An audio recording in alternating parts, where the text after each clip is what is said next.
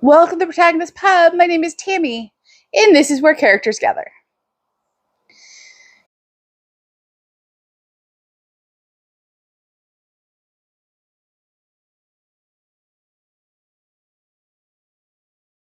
It is a somewhat gray but beautiful March morning. The trees are in full leaf here. It's supposed to be in the mid to high 80s today. Spring has sprung in my part of the world. I'm very happy about that. I need to get my garden planted. And life is good. I hope it's warming up where you are. Hope you can get your plants in the ground soon. And we can all enjoy reading outside. I am very much looking forward to it. Chickens got moved yesterday. They're deeper into the yard. They got new patches of grass to explore. Life is good. So, if you're new here, welcome. If you're returning, I'm very glad you're here. I hope your reading week was as productive as mine. So, what did I read last week? First, we're going to talk about my DNF. And it was a Dave book. And I told him I was DNFing it, and I can't say I'm surprised I'm DNFing it. So that is The Forgetting Moon by Brian Lee Durfee. Brian is a fellow YouTuber, and this is a series. This is the first book in the 5 Warrior Angels series. They are big, thick books. They are beloved in the community. I DNF'd it at page 272. So, why? First picked this book up when I got it. I DNF'd it in January of 2022. And I DNF'd it at like page 234. Yeah, 234. And it was dark. It was beyond grim dark for me, and that's why I DNF'd it the first time, and I set it aside. And Dave picked it. I figured I'd give it another chance. It has maps, which is always necessary in a fantasy book. It's not super tiny writing, but it does, fill the page. And Brian writes really well. This is a well-written book. That is not why I DNF'd it. It isn't because of the characterization. It isn't because of the characters. It is because this is beyond dark for me. For my taste, this went from grimdark to, unfortunately, torture porn. That's when I DNF'd it this time around, and I'm not going back. There's a difference between a well-written battle scene and a battle scene that is overly explicit in its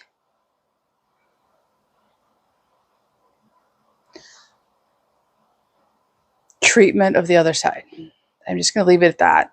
It was disturbing. I couldn't read anymore. I could not read anymore.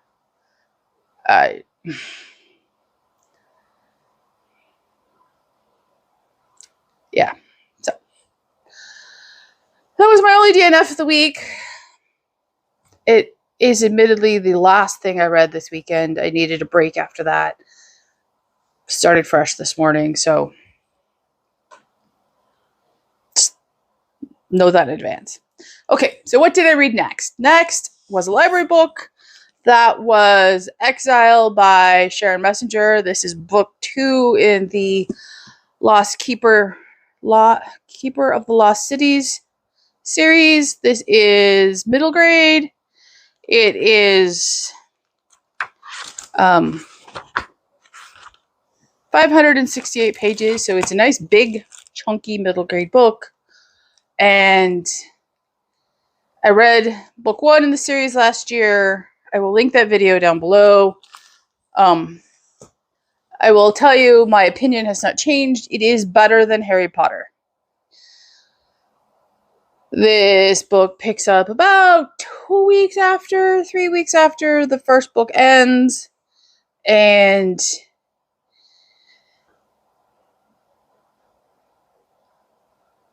our main character, and her name just flew right out of my head, Sophie, is struggling to deal with all of the aftermath of what she went through in book 1 as book 2 opens.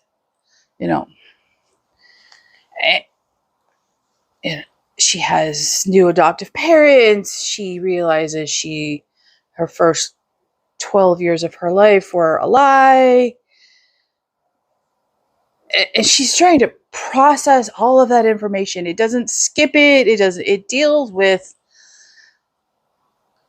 all of that emotional stuff from a very approachable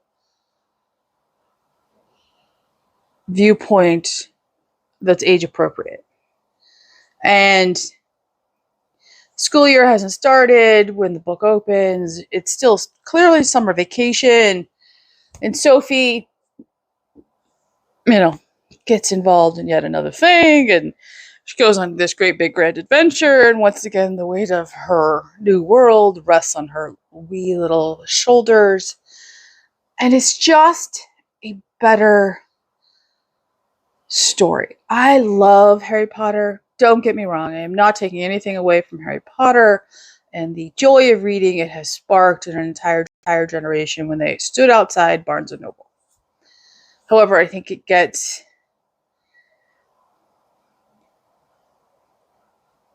Harry tends to dominate the fantasy world for middle grade, and there's not enough branching out. This is one example of branching out from Harry that is really well written. It has a female protagonist. It has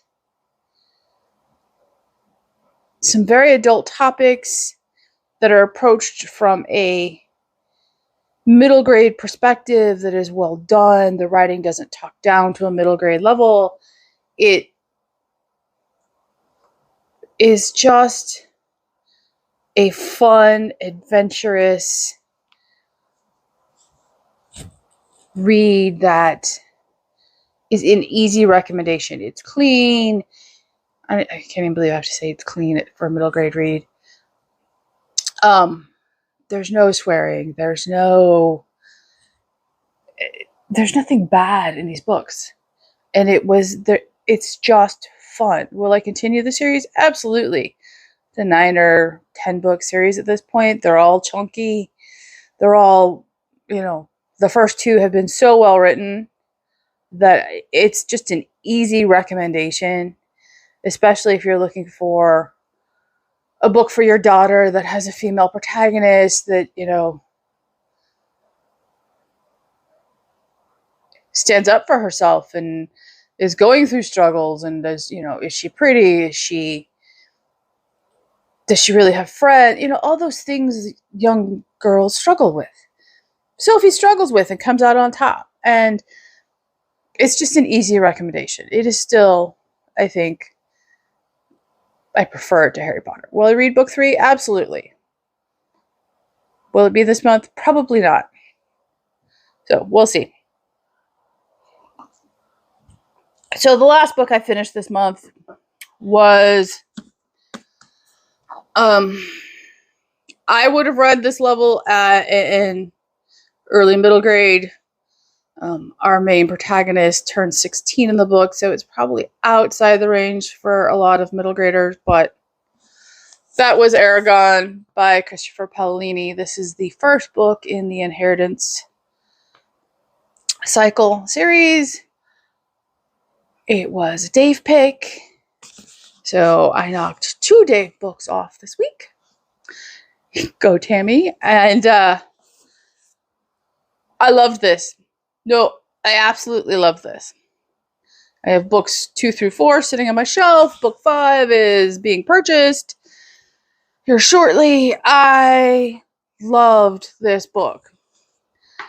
This is Farm Boy goes on big quest, finds dragon. Or finds dragon, goes on big quest.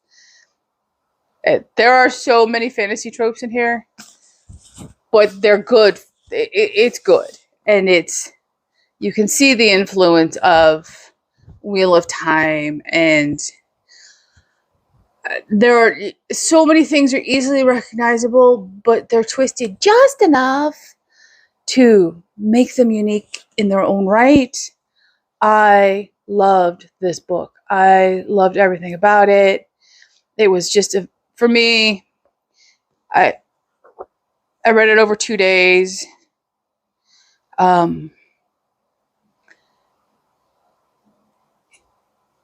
It is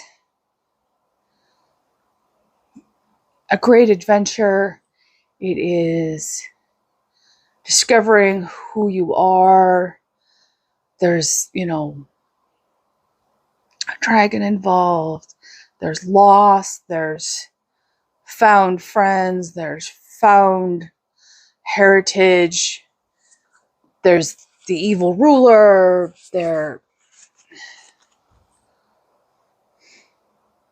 There's loss. There's joy. I don't know why I've waited so long. I've owned this series for at least 4 years, so I need to finish the other books. I really do, because now I need to know what happens. I really and truly need to know what happens. It's a very easy recommendation. If you have a middle grader that is reading above the middle grade level, or just is a voracious reader like I was as a child, this book is clean. There is no swearing. There is no intimation of anything else. If they enjoy fantasy, they will find very familiar things in this book. As I said, it's the farm boy goes on a quest. There's a dragon. There's battle scenes. There's rescuing the princess. There's the evil ruler. There are elves and dwarves, and there's some battle scenes, and there's a quest, and there's the overarching evil, and am I going to go to the evil side or good side? All of that is there. There's found friendship, and it is an excellent middle grade read. I would put this at the upper middle grade level, especially if you're a slow reader. I could have easily read this at 9. So it depends on the reading level.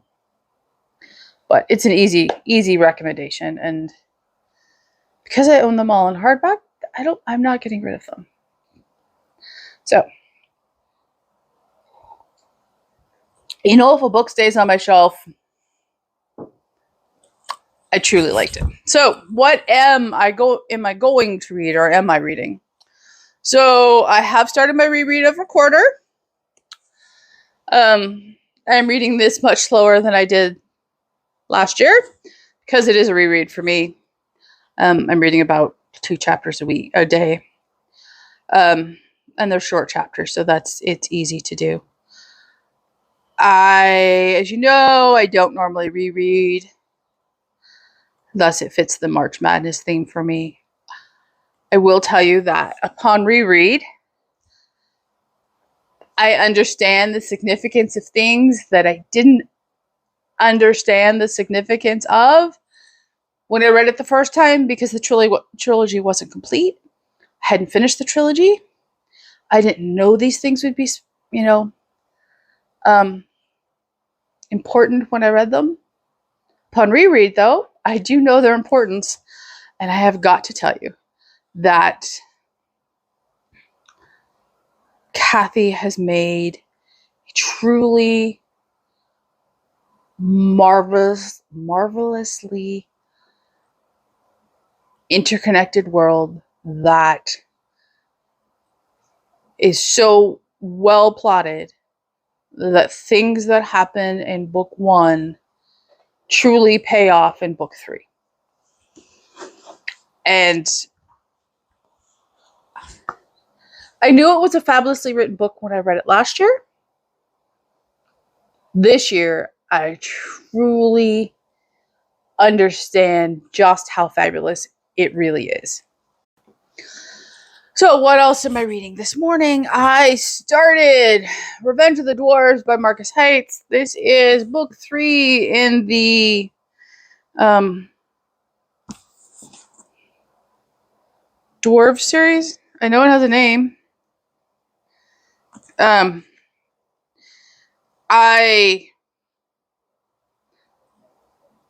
love this book.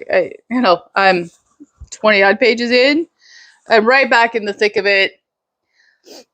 Fate of the Dwarves is next. It's book 4. This is Dave's book. I need to repurchase books 1 and 2 so that they can stay on my shelves, and book 5 has been released and I need to pick that up. But this is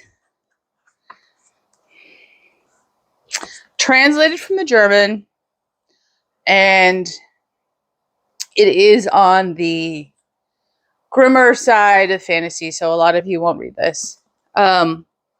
However, if you like dwarves, if dwarves being the heroes instead of the convenient plot point or set piece in a fantasy, then this is the series for you. I truly love the series. I really do. It is in stark contrast to